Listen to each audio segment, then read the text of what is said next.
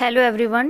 Today we shall read the chapter class 9th Moments book in the Kingdom of Fools. Okay, let's start.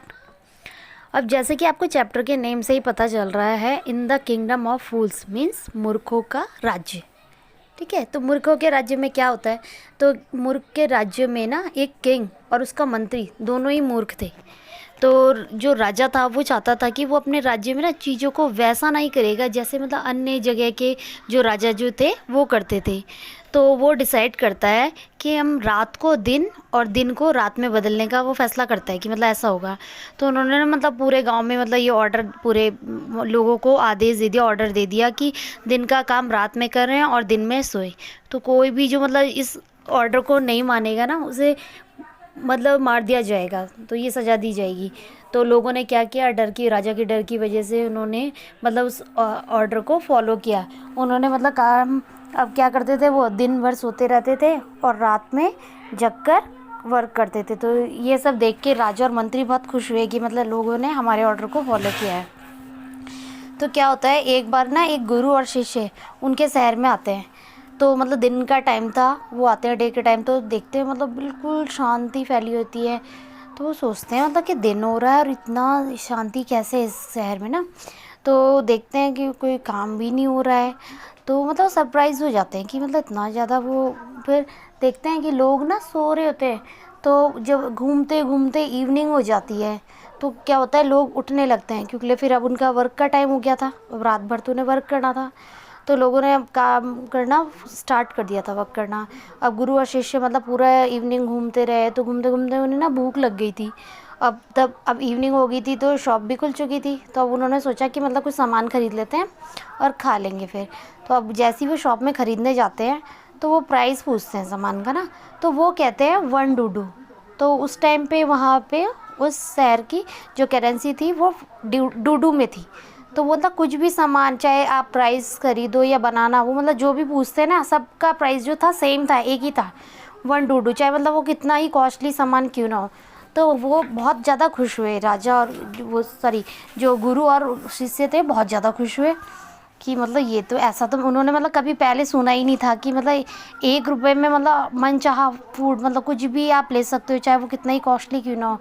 सब 1 डूडू सबकी cost हुआ है. तो मतलब बहुत ज़्यादा खुश होते हैं जब वो फूड मतलब कुक करते हैं, फिर खा रहे होते हैं. तो मतलब तब जो गुरु होता है ना, तो वो उन्हें रियलाइज़ होता है कि ये मूर्खों का राज्य है. तो उन्होंने मतलब उनके लिए वहाँ रहना ना अच्छा नहीं होगा. तो उन्हें मतलब वो फील होता है कि ये मूर्खों का राज्य है, अब यहाँ पे रहना अच्छा नहीं है. तो कि अपने शिष्य से बोलते हैं कि चलो यहाँ से चलते हैं.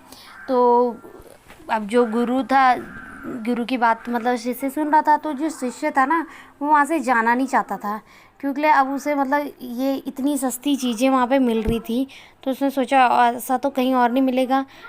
तो वो ना मतलब इग्नोर सा कर रहा था, मतलब गुरु की बात पे ध्यान नहीं दे रहा था. तो गुरु ने बोला कि मतलब मुझे मालूम है ये मूर्खों का राज्य है और आगे कह नहीं सकते कि तुम्हारे साथ क्या हो जाए हमारे साथ ना, तो इसलिए हमें यहाँ रुकना नहीं चाहिए. तो डेसिपल जो होता है, शिष्य होता है, वो मतलब नहीं मानता. तो गुरु जो होते हैं वो कहते हैं कि तुम रहो, अब मैं यहाँ जा रहा हूँ मैं यहाँ से. तो शिष्य जो वहीं रह जाता है और गुरु जो है चले जाते हैं. अब जब फाइनली जब गुरु वहाँ से चले गए तो फिर धीरे धीरे टाइम ऐसे ही बीतता रहा. और जो शिष्य था ना वो रोज़ बनाना, घी, राइस, वीट खूब खाता था. खूब खा खा के वो बहुत ज़्यादा हेल्दी हो गया था, बहुत मोटा हो गया था.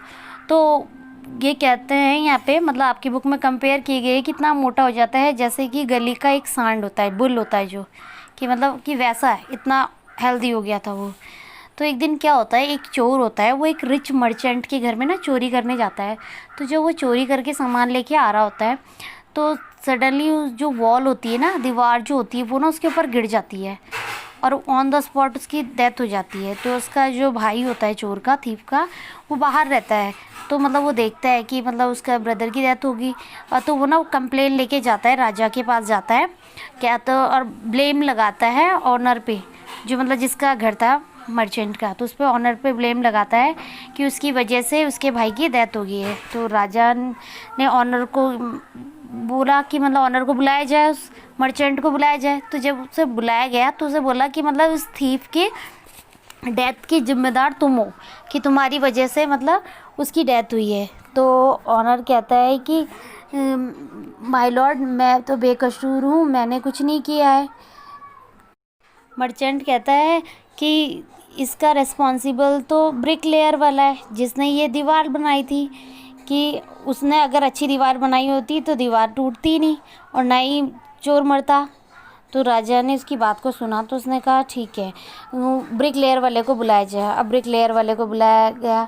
अब ब्रिकलेयर वाला आया, तब उससे पूछा गया कि तुमने ये दीवार बनाई थी, मतलब मर्चेंट के घर की? तो उसने कहा हाँ, मैंने ही बनाई थी। तो बोले तुमने इतनी कच्ची दीवार बनाई थी जिस वजह से वो गिर गई और थीफ मर गया, तो अब यानी तुम रिस्पॉन्सिबल हो उसकी डेथ के।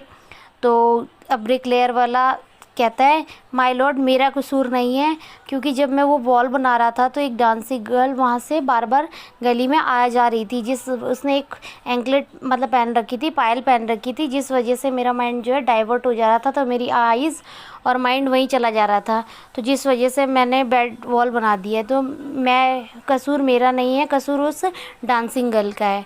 अब राजा ने इसकी बात को सुना। अब ने कहा डांसिंग गर्ल को बुलाया जाए। अब डांसिंग गर्ल को ढूंढा गया। अब डांसिंग गर्ल जो थी ना बहुत ओल्ड हो गई थी, तो मतलब वो ऐसे आ रही थी ट्रम्बलिंग करते हुए, मतलब कांपते हुए आ रही थी। तो वो आती है तो अब राजा उससे पूछता है कि ये मतलब बहुत साल पहले तुम एक गली में बार बार आ जा रही थी और ब्रिक लेयर वाला वॉल बना रहा था, बिल्डिंग की दीवार बना रहा था, तो हमारी पायलों की आवाज़ से इसका माइंड डाइवर्ट हो जा रहा था। तो वो कहती है हाँ तुम्हें याद है? वो कहती है हाँ माय लॉर्ड, मुझे अच्छी तरह से याद है। तो वो कह रहे हैं कि जो वो दीवार बनाई थी ना, वो तुम्हारी वजह से उसका माइंड डाइवर्ट हो गया था, उसने बैड वॉल बनाई जिससे वो वॉल टूट गए और एक थीफ की डेथ हो गई, तो यानी उसके रिस्पॉन्सिबल तुम हो। तो वो डांसिंग गर्ल सुनती है इसे, तो कहती है माय लॉर्ड, इसमें मेरा कसूर नहीं है, कसूर तो गोल्ड स्मिथ का है, कि गोल्ड स्मिथ ने मैंने ऑर्डर दिया था ज्वेलरी बनाने का और वो मुझे टाइम से नहीं दे रहा था, बार बार कह था थोड़ी देर बाद आना, थोड़ी देर बाद आना, तो इस वजह से मुझे बार बार आना जाना पड़ रहा था।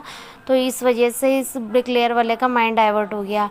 तो कि माय लॉर्ड, सारा कसूर जो है वो गोल्ड स्मिथ का है। अब गोल्ड स्मिथ को बुलाया गया। अब गोल्ड स्मिथ आया, तो अब गोल्ड स्मिथ से पूछा गया कि इस डांसिंग गर्ल ने तुम्हें मैनी ईयर्स पहले मतलब ऑर्डर दिया था ज्वेलरी बनाने के लिए? उसने कहा यस माय लॉर्ड। तो तुमने टाइम से नहीं बनाई थी? तो वो कहता है कि यस माय लॉर्ड, कि उस टाइम पे मुझे एक मर्चेंट ने ज्वेलरी का ऑर्डर दिया था और उनके घर मतलब शादी थी, मैरिज थी, तो पहले उनका ऑर्डर फिनिश करना था, तब मुझे दूसरा ऑर्डर तब मैं बनाता है इनका, तो इस वजह से मैं टाइम पे नहीं दे पा रहा था, इसलिए इन्हें बार बार आना जाना पड़ रहा था। तो वो कहता है कि तुम्हारी वजह से बार बार आने जाना पड़ रहा था, इस वजह से इसकी वजह से ब्रिकलेयर वाले का माइंड डाइवर्ट हुआ, जिससे वॉल कच्ची बनी और एक थीफ की डेथ होगी। तो यानी तुम हो असली गुनहगार, तो तुम हो मतलब रिस्पॉन्सिबल उसकी डेथ के। तो वो कहता है माय लॉर्ड, गलती मेरी नहीं, गलती उस मर्चेंट की है, कि मतलब उसने बोला था कि पहले बनाने के लिए ज्वेलरी, नहीं तो मैं बना देता, और उनका टाइम रिच लोगों को अगर टाइम से फिनिश नहीं करते तो वो फिर मुझे कहते। तो वो कहता है माय लॉर्ड कि ठीक है, मर्चेंट को बुलाया जाए। अब मर्चेंट को बुलाया जाता है, तो मर्चेंट कहता है, तो उससे बोला जाता है कि तुम्हारे यहाँ से ज्वेलरी का ऑर्डर गया था, तो जिस वजह से गोल्ड स्मिथ टाइम से नहीं बना पाया, तो इस वजह से डांसिंग गर्ल को बार बार आना जाना पड़ रहा था, इस वजह से ब्रिकलेयर वाले ने बिल्डिंग अच्छी नहीं बनाई और जिससे थीफ की डेथ हो गई, वो गिर गई बिल्डिंग। तो वो कहता है मर्चेंट कि माय लॉर्ड, ये मेरा कसूर नहीं है, कि ये ऑर्डर तो मेरे फादर ने दिया था, और मतलब वो मर्चेंट के फादर जो है उनकी डेथ हो गई है, मतलब अब वो नहीं है। तो वो कहते हैं कि मतलब अब मैं दोषी नहीं हूँ, वो तो मेरे फादर ने ऑर्डर दिया था। तो अब जो है राजा और मिनिस्टर है वो सोचने में पड़ जाते हैं, फिर वो आपस में डिस्कशन करते हैं। वो कहते हैं, फिर डिस्कशन करके कहते हैं कि मतलब असली गुनहगार तुम ही हो। मर्चेंट को बोलते हैं कि तुम्हें फांसी की सज़ा दी जाएगी। तो वो क्या करते हैं, फांसी की सज़ा के लिए मतलब फंदा तैयार करवाने के लिए राजा बोल देता है, तो फंदा तैयार किया जाता है, फांसी का फंदा। अब फांसी का फंदा जो होता है ना, बहुत ज़्यादा मोटा हो जाता है, ठीक है। तो अब जब उसे मर्चेंट को फांसी दी जाती है, तो उसमें क्या होता है, उसकी नेक ना पतली होती है, तो उसमें फिट नहीं बैठती। अब मूर्खों का तो राज्य था, तो उन्होंने सोचा कि ये तो इसकी गर्दन फिट ही नहीं हो रही है और फंदा तो बन चुका है, अब क्या किया जाए। उन्होंने फिर राजा ने बोला कि मतलब इस फंदे के लायक इंसान को पकड़ के लाया जाए, उसे फांसी दी जाए। अब दरबारियों को भेज दिया गया। अब दरबारी ढूंढने निकले कि मतलब इस फंदे के लायक जो इंसान मिले उसे पकड़ के फांसी दी जाए। अब वो गए। अब उसने क्या हुआ, गलियों में वही जो गुरु और शिष्य आए थे, तो वो शिष्य खा खा के बहुत मोटा हो गया था, उसे ही पकड़ लिया इन्होंने। उसे बोला कि राजमहल चलो। अब उसे पकड़ के ले गए, वो आ नहीं रहा था, उसे पकड़ के लाए और तो जहाँ फांसी दी जा रही थी वहाँ ले गए। अब शिष्य तो डर गया कि अरे फांसी दी जा रही है, कि मतलब उसकी गर्दन फिट आ रही थी उस फंदे पे। तो अब क्या किया जाए, उसे फांसी दी जा रही थी। तो अब उसने उस टाइम पे अपने गुरु को याद किया। अब गुरु जो थे ना, उसके बहुत मैजिकल पावर था उनमें, वो मतलब आगे फ्यूचर देख सकते थे कि क्या हो रहा है। तो अब गुरु ने देखा कि मतलब क्या होने वाला, मुसीबत में उनका शिष्य, तो गुरु जो है तुरंत आ जाते हैं। अब गुरु ने अपने शिष्य से ऐसी धीरे से मतलब बात की, तो जो गुरु शिष्य था वो समझ गया कि मतलब गुरु ने क्या किया। अब गुरु और शिष्य ना आपस में झगड़ना शुरू कर दिया।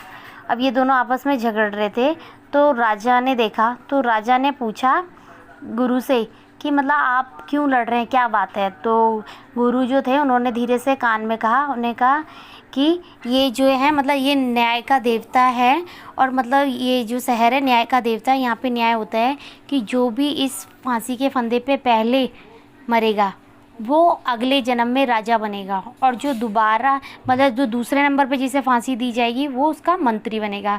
तो इसलिए पहले मैं मरना चाहता हूँ कि मैं राजा बनूँ, और शिष्य कह रहा है कि पहले मैं मरना चाहता हूँ कि वो राजा बने।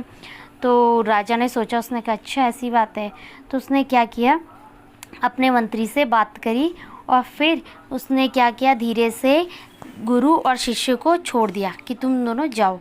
अब राजा और मंत्री जो थे, अब यहाँ पे फांसी दी जा रही थी ना, अब राजा चाहता था कि अगले जन्म में वही राजा बने और वही उसका मंत्री बने, ठीक है। तो उन्होंने क्या किया, धीरे से जहाँ पे फांसी दी जा रही थी वहाँ पे आ गए दोनों, और उन्हें फांसी दे दी गई। और जब फांसी दे दी गई उसके बाद जब उनकी डेड बॉडी को उतारा गया, तब देखा लोगों ने कि अरे ये तो राजा और मंत्री हैं। तो कुछ लोग जो थे वो सैड भी फील किया।